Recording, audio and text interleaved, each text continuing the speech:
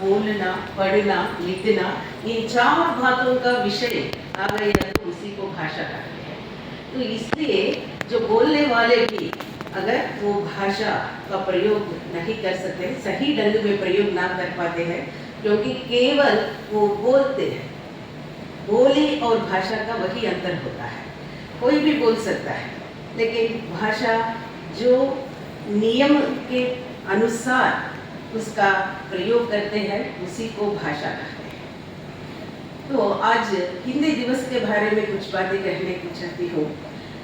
तो ये राष्ट्रभाषा का नाम वो संज्ञा जो दी है, तो आज कई भाषाएं बोलने के लिए, यहाँ भारत में कई भाषाएं बोलने के लिए किसी एक भाषा को राष्ट्रभाषा का पद देना वो सही बात नहीं होती है। तो ज़्यादा से ज़्यादा लोग हिंदी बोलने के नाते ऐसी एक गलत फहमी भी यहाँ फैला गया है कि प्रचार हो गया कि हिंदी एक राष्ट्रभाषा है। वास्तव में सरकार के जो कामकाज होते हैं, पत्र व्यवहार के हो या संपर्क का कार्यक्रम जो हो, ये सब हिंदी भाषा में भी होता है। तो ज़्यादा से संख्या के लोग हिंदी यहाँ पर जानने के कारण जब काम चला वो सब हिंदी में ही हो, तो ये तो राज का कार्य करने के लिए या सरकार का कामकाज बहुत आसान से होता है। तो इसलिए राष्ट्रभाषा की जगह से राजभाषा कहना बहुत उचित है। और एक ऐसी भाषा है, बहुत उसको पकड़ने से बहुत आसान है। एक बार आसान से जो चीज मिलती है उसे खोने के लिए मन नहीं होता है किसी को। इसलिए हिंदी क्यों आसान है? जो भी भाषा बहुत आसान हो, लेकिन हिंदी बहुत आसान है। तो भारत में विभिन्न भाषाएं जो है, ये सब भाषाओं के शब्दों का मिलन, एक शब्द या दो शब्द या बहुत से ज़्यादा शब्द, ये सब शब्द हिंदी में मिलन की बात है। तो इसलिए हिंदी बहुत आसान है। फिर भी यह हिंदी तर प्रांत है, तो ये द्रविड़ प्रांत हिंदी तर प्रांत है, इसलिए बहुत से लोग इसकी ओर ना ध्यान देते हैं। हिंदी पढ़ना मुश्किल है, हिंदी हमें नहीं आते हैं, क्योंकि संपर्क करने के लिए कोई आदमी इनके साथ नहीं लिखता है। अब अपना प्रिंसिपल मैडम भी वही बात कर रहे हैं, संपर्क के लिए, कम्युनिकेट के लिए कोई आदमी हो तो जल्दी से जल्दी यह भाषा आ जाता है। तो इसलिए कई प्रचार सभाएं हैं, उसकी ओर से हिंदी यहाँ प्रचार हो रहा है। ऐसे दक्षिण भारत हिंदी प्रचार सभा, हिंदी प्रचार सभा, हिंदी साहित्य सम्मेलन, ऐसी कई सभाएं हैं, उनकी ओर से ज़्यादा लोग हिंदी सीख रहे हैं। तो केवल हम हिंदी जान सकते हैं, दूसरे व्यक्ति नहीं जानते हैं। तो वास्तव में अगर हम सच रूप से हिंदी प्रेमी हो, तो जो भाषा हम जानते हैं दूसरों के यहाँ सिखाना है।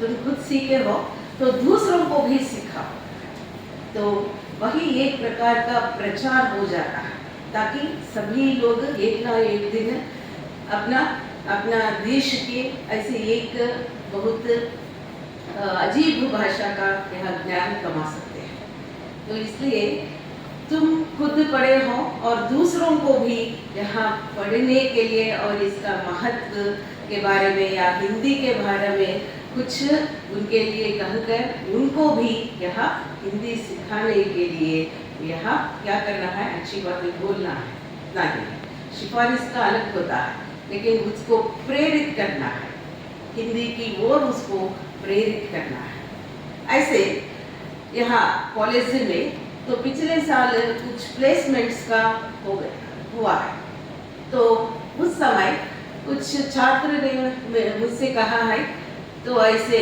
साक्षरता में, वो साक्षात्कार में हमें वाइवा में, वो मौखिक में हमें पूछे हैं, अगर तुम हिंदी जानते हो बोलने का या पढ़ने का, लिखने का, हिंदी भाषा जानते हो तो अब जरूर नौकरी देंगे। लेकिन वो ऐसे छात्र बहुत कुछ सोच में पड़ गए, अगर हम हिंदी आज अगर हमें हिंदी सीखे तो या हिंदी पढ़े तो आज हमें नौकरी मिलेगी। तो उसी के वास्ते पिछले साल से हमें ये यहाँ पर स्पोकन हिंदी का हिंदी सर्टिफिकेट कोर्स का ऐसे पेश किए हैं। तो कुछ छात्र आगे आ गए हैं, हिंदी अपना परिचय हिंदी में देने के लिए तक उनको तैयार किए हैं।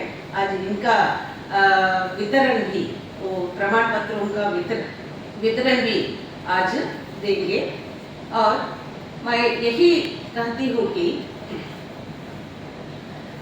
एक आज हिंदी दिवस है, तो बहुत से कम लोग जानते हैं कि विश्व हिंदी दिवस भी एक है।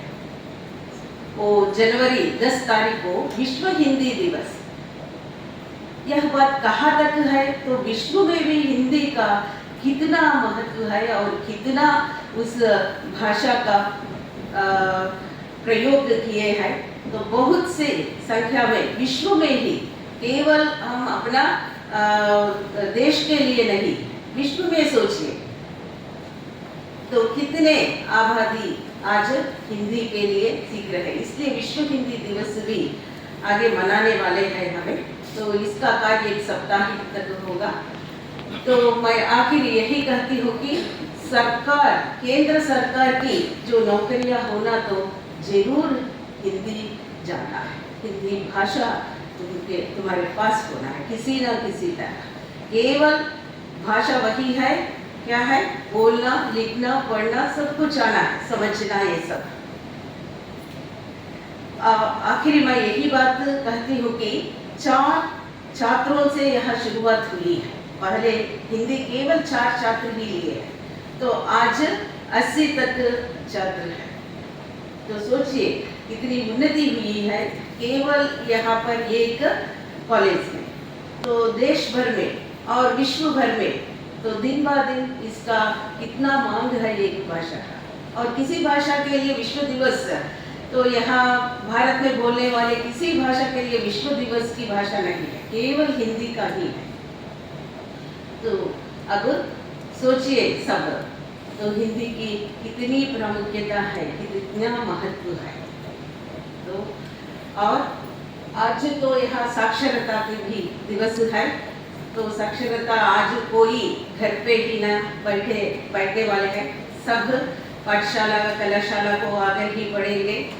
तो फिर भी कहीं ना कहीं कुछ अनपढ़ के लोग जिनकी यह पढ़ाई ना हो, अगर तुम्हारे घर में कुछ बुजुर्ग के लोग रहे होंगे, वो भी कुछ हमें पढ़ने के लिए नहीं आते हैं, वो बोलते हैं, तो उनके लिए भी तुम पाठ सिखाओ, कुछ ना कुछ लिखने का सिखाओ, कुछ ना कुछ बोलने का सिखाओ। तो एक ऐसा दिन बनाने के लिए वह बात है। आज हम सब मिल गए हैं, कुछ सम्मेलन किए हैं, कुछ बातें किए हैं, ये सब एक ओर की बातें हैं। दूसरी ओर क्या है, एक दिन को हमें याद रखकर उस दिन कुछ ना कुछ उस दिन के लिए कुछ काम करना है।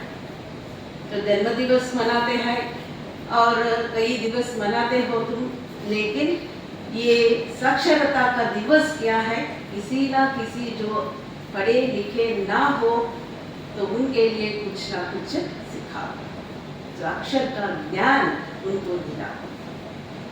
तो ऐसे इस मौका दिए प्राचार्य जी को मेरा धन्यवाद, और आप भी मेरा सहमत दिए बैठे हो, आपके लिए भी कुछ धन्यवाद।